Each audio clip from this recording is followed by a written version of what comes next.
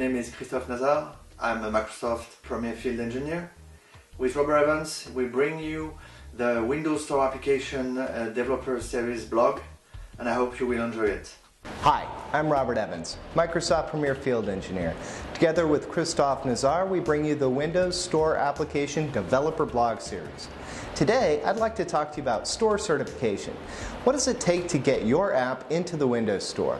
We'll look at the 5 most common certification blockers and what you can do to avoid them. Let's get started. So let's begin the countdown at number 5. The app must be fully functional, which is requirement 1.2, and there's a corollary to that, which is requirement 3.2. Your app must not stop responding unexpectedly or contain programming errors. So if you're getting one of these failure reasons, have you tested your app snapped? Are there overlapping icons in your app bar while snapped? Does the charms menu cover up any critical commands? If you declared your app as supporting portrait and landscape, does it? Does your submitted description talk about features that you haven't implemented yet? Does your app crash at any point? If the app plays background audio, does it implement play, pause, and respond to those events to enable users to control audio playback? If your app has login functionality, did you create a test user account and provide the username, password, and the notes to testers field when you submitted your app? Does the app work on all of the architectures like ARM that you checked off and you claimed to support when you actually submitted your app? Have you run the Windows App Cert Kit against your app? And have you run it on different devices like ARM, such as a Surface? Number 4 in the countdown is you must localize your app for all the languages that it supports. This is certification requirement 6.5. And first of all, you need to understand that this is referring to languages specified in your app, not the markets. The markets are specified when you're submitting your app, and that's under the selling details. The languages supported are declared, where the languages are specified in the app package. I'll show you that in a demo in a second. The languages supported by your app do not have to match the markets they're releasing to. For example, you can release a French app in America if you want to. However, your app must support at least one of the certification languages. There are 37 supported certification languages, including even Hindi and Chinese. In addition to that, you can support one or more of the allowed languages if you choose to, and there are 66 allowed languages. You must provide a complete description of your app for your customers in each of the languages that you declare in your app's package. And other elements like screenshots, text, and images, those all must be localized in that language. So I'll show you that.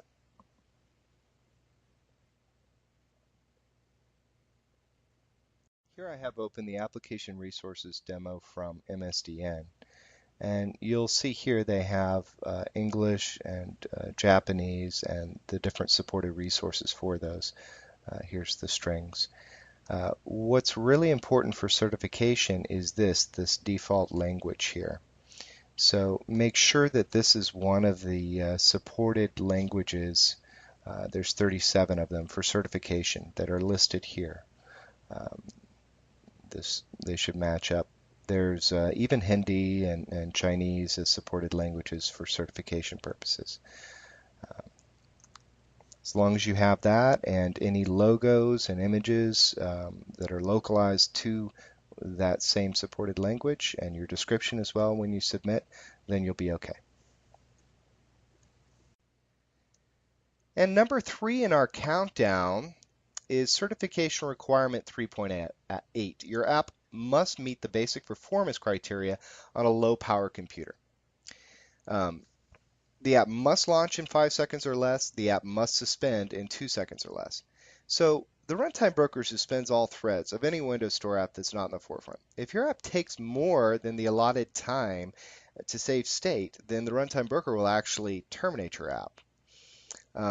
Typically, this is caught by the Windows App Cert Kit before you upload it because the Windows App Cert Kit does automated tests of this. However, there have been cases where it will pass the Windows App Cert Kit on your developer machine, but then fail when you upload it to the store. In that case, I recommend running the Windows App Cert Kit on different hardware, on ARM devices, on lower-end computers, because that can definitely play a role in that. And then you'll get the technical compliance failure. In some cases, people are running the wrong version. Make sure you're running the Windows App Cert Kit version 2.2.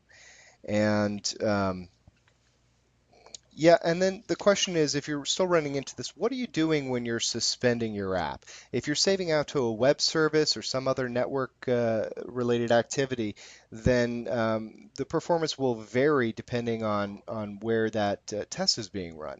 You really should not be calling out to web services when you're suspending your app.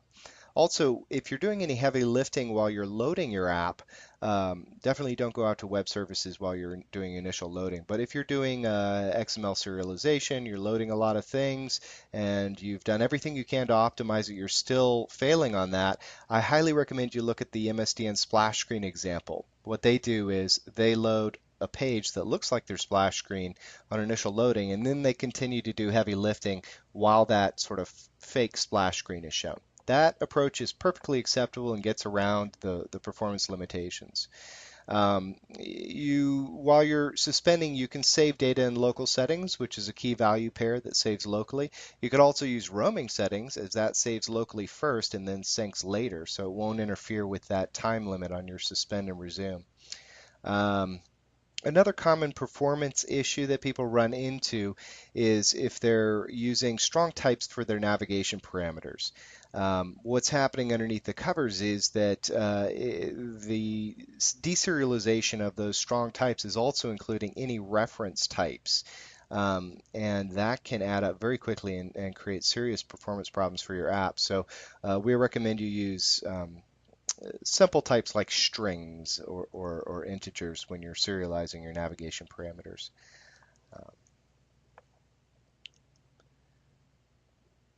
Let's take a look at that.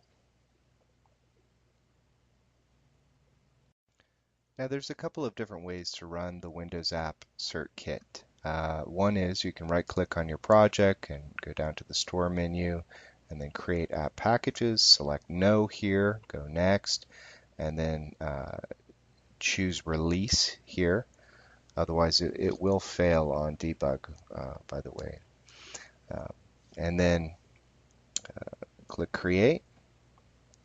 It'll go through and create your package, and then you can see here is an option down here to launch the Windows App Cert Kit.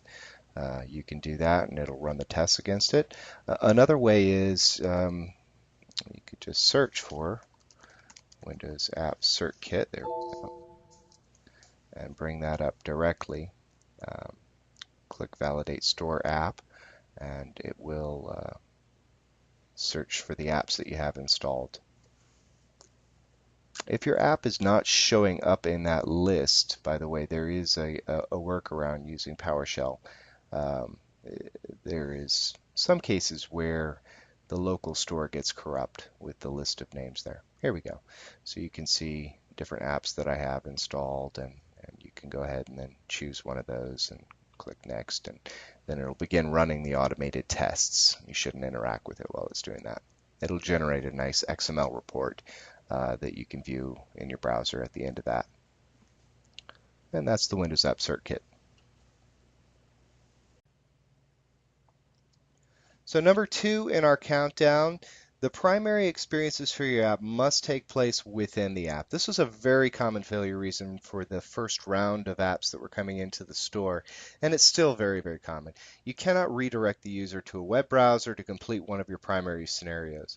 In fact, I recommend that you document your 5 primary scenarios for testing in your tester notes with steps and a scenario complete at the end of each one when you submit to the store. It's perfectly okay to redirect the user to a browser or even use an embedded browser for other scenarios that are not your primary scenarios, like submitting help requests or tutorials. It's just not okay if it's your primary scenario in your app. You should not take them out to a browser. You should not use an embedded browser, and the reason is simple. It's highly arguable that your app should be a website if you're doing that. All right, drum roll. The number one failure reason is requirement 4.1. Your app must comply with the privacy-related requirements. So why do so many people fail on this? By default, the Visual Studio templates, when you're creating a Windows Store app, the Internet Client capability is declared. When this is declared, even if you're not using it, you must have a privacy statement, and it must be available from your settings flyout. That privacy statement can be a link to your online privacy statement, or it can be another page within your app that declares how you're using the data and why. If you're not using the network, you can simply disable those capabilities and then avoid this requirement. It won't block you then from certification, although we do recommend that you have a privacy statement regardless. Otherwise, it's easy enough to add your own settings flyout and add a link to it. There's examples on MSDN, or you can see Tim Hurer's free Callisto controls. There's a NuGet package for that. There's also a similar category of failure reason. If you're selling your app, you have to have a help and support section. And there's 3 acceptable help and support options: a telephone, an email address, and they will test if it's a working email address, or a web form, and then state your expected SLA for returning inquiries. That can be either a separate help and support link from the settings flyout, or you can put that under the About section and have the About as a link in your settings flyout. Well, let's take a look at this. So if you go in and open up your package Apex manifest and then look at the capabilities declaration tab, you'll see that this internet client capability is turned on by default. And this is the one that if you have this, or if you have internet client and server, or if you even have private networks, any of those declared, then you must have a privacy statement, and it should be in your settings flyout. A good example of that is this Bing News app, and here if you look at the settings flyout, they have the privacy statement here, and that link will take you directly into their privacy statement. Now, as I said, you can have that go out to a web page like they've done here, or you can have it as a page within your app. Either one of those is acceptable. Well, that's it for this week. I hope you found it very helpful. Join us next time. Thank you.